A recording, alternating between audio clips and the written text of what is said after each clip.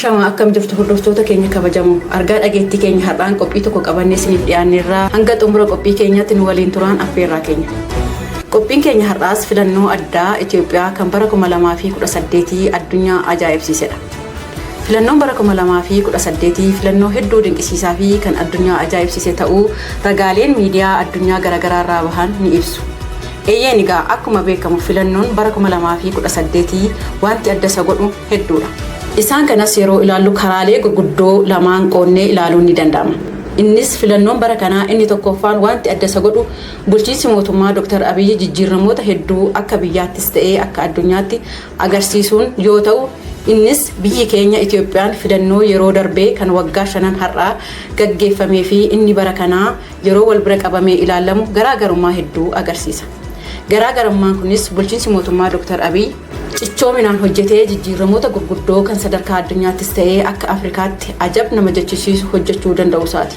Fakkeenyaaf waggoottan 5 filannoo asii kana keessatti hidha guddichaa Abbayyaa biyya keenya irra darbee Afrikaaf wabii ta'e hojjetee eebbisiisuun olaantummaa Itoophiyaa gonfachiisuun xumuruu isaa, dippiloomaasiiwwan ajaa'ibsiisoo ta'an sadarkaa addunyaatti Itoophiyaa beeksisuu isaa, piroojeektota adda addaa kan biyyaaf faayidaa guddaa kennu akkasumas kan abdii Afrikaa ta'e hedduu hojjetamuu isaa fi kanneen biroo hojiiwwan nama boonsan hojjetamanii tajaajila hedduu uummata biyya keenyaaf kennamuu irraan kan ka'e filannoon bara 2018 adda isa godha.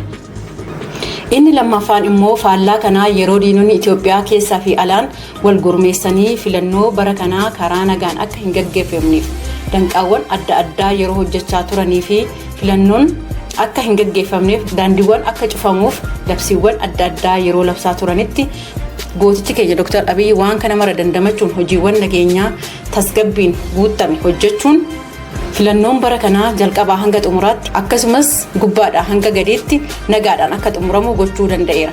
Isa kanas kan mirkaneessan taajjabnoonni biyyoota addunyaa garaagaraarraa dhufanii fi dhaabbatni misooma biyyoota baha Afrikaa yookiin IGAD ragaa bahanii jiru. Akka fakkeenyaatti kaasuun yoo danda'ame Uhuru Keeniyaataan qaama filannoo bara 2018 taajjaba keessaa isa tokkodha. Innis waa'ee filannoo milkaa fi bareedaa Itoophiyaatti gaggeeffame kanaa akkas jechuun ragaa baheera. Filannoon ani barana Itoophiyaatti taajjabe kan baay'ee namatti toluu fi nama gammachiisudha. Filannoo dimokiraatawaa kan uummanni biyyattii kallattii maraan obboroon bahee hamma halkan keessaa sa'a 6tti filatedha. Dadhabbii fi nuffii tokko malee mootummaa isaanii hundeeffachuuf godhan kan nama dinqisiisu ta'uu fi sagalee tokkoon biyyoonni Afrikaa biroo muuxannoo kana Itoophiyaarraa fudhachuu akka qabanii fi Itoophiyaan biyya dimokiraasiin itti biqilee hundee gadi fageeffate ta'uu ragaa bahanii jiru. Gama biraan immoo miidiyaaleen addunyaa hedduun akka gabaasanitti filannoon Itoophiyaan bara kana gaggeessite dimokiraatawaa ta'uu fi kan uummanni biyyattii kaabaa hanga kibbaa bahaa hanga dhiyaatti mootummaa biyyattii ijaarrachuuf kan itti bahanii sagalee isaanii itti kennatan ta'uu gabaaseera.